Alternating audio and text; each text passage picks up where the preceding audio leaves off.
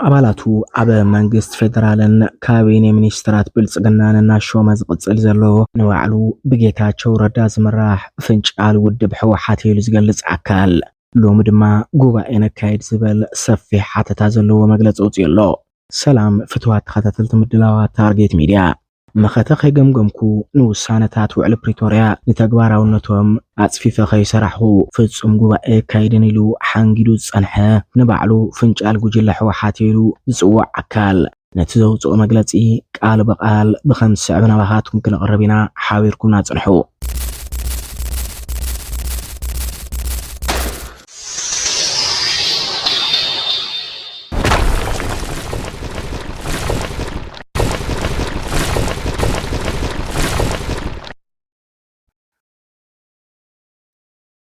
ካብ ብጌታቸው ረዳ ዝምራሕ ማእኸላይ ኮሚቴ ሕወሓት ዝተውሃበ መግለጺ ምእንተ ህላዌ ታሪኻዊ ውድብና ታሪኻዊ ውሳነ ንወስን።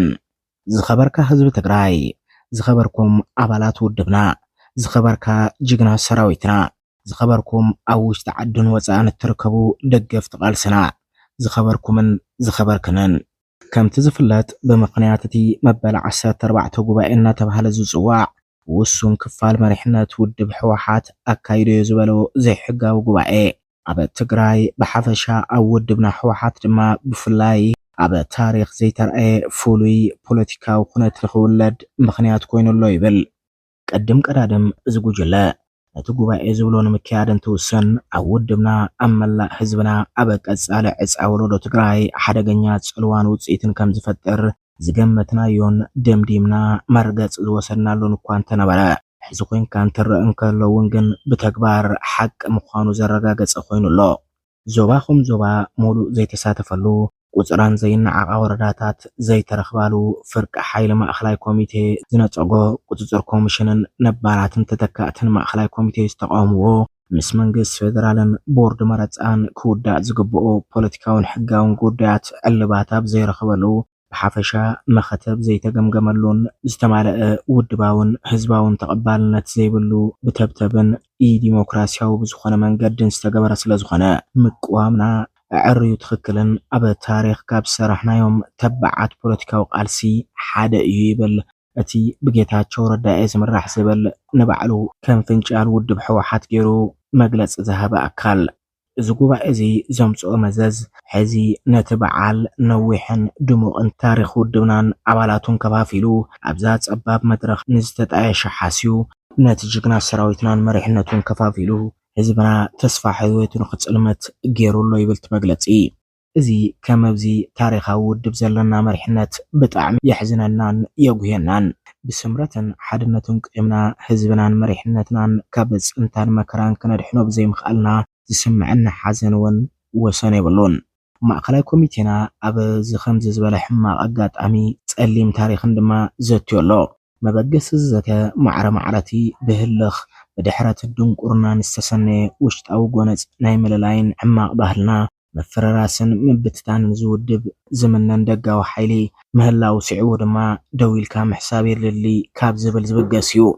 ስለዝኾነ ድማ ብመሰረት ዝምልከቶም ናይ ፌደራል ኣብያተ ዕዮን ቅድም ኢሎም ብተኸታታሊ ዘውፅዎ ንሕጋውነትን ህላውን ትውድብ ኣብ ሕቶ ዘእቱ ንመሰረታዊ ድሌታት ህዝብና ዝጻብኡ ድንጋጌታት ግድን ዝተፈለየ ውሳነ ክንውስን እውን ደፊኡና ኣሎ።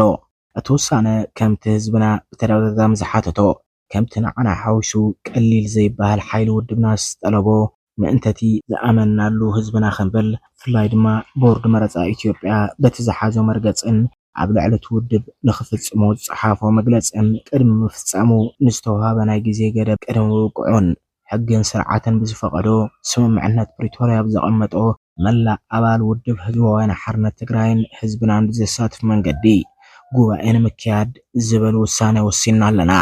ብመሰረት እዚ ጉባኤ ነካይድ ሕጋውነት ውድብና ንመልስ ህዝብና መሪሕ ውድብ ንኽህልዎ ንግበር ልዕሊ ውልቃውን ጉጅላውን ድሌትና ብምዃኑ ታሪኻዊ ውሳነ ንወስን።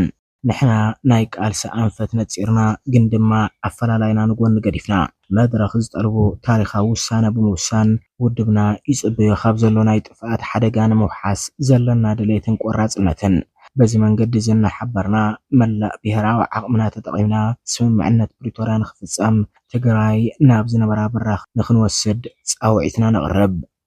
እዚ እንተይኮነ እንትተርፍ ግን ኣብ ህላዊ ውድብና ምጥፋእ ብሕታዊ ተሓታቲ እቲ ዘይሕጋዊ ጉባኤ ዘካየደ ጉጅለ ምዃኑ ንኣባላትናን መላእ ህዝብናን ክነፍልጥ ንደሊ።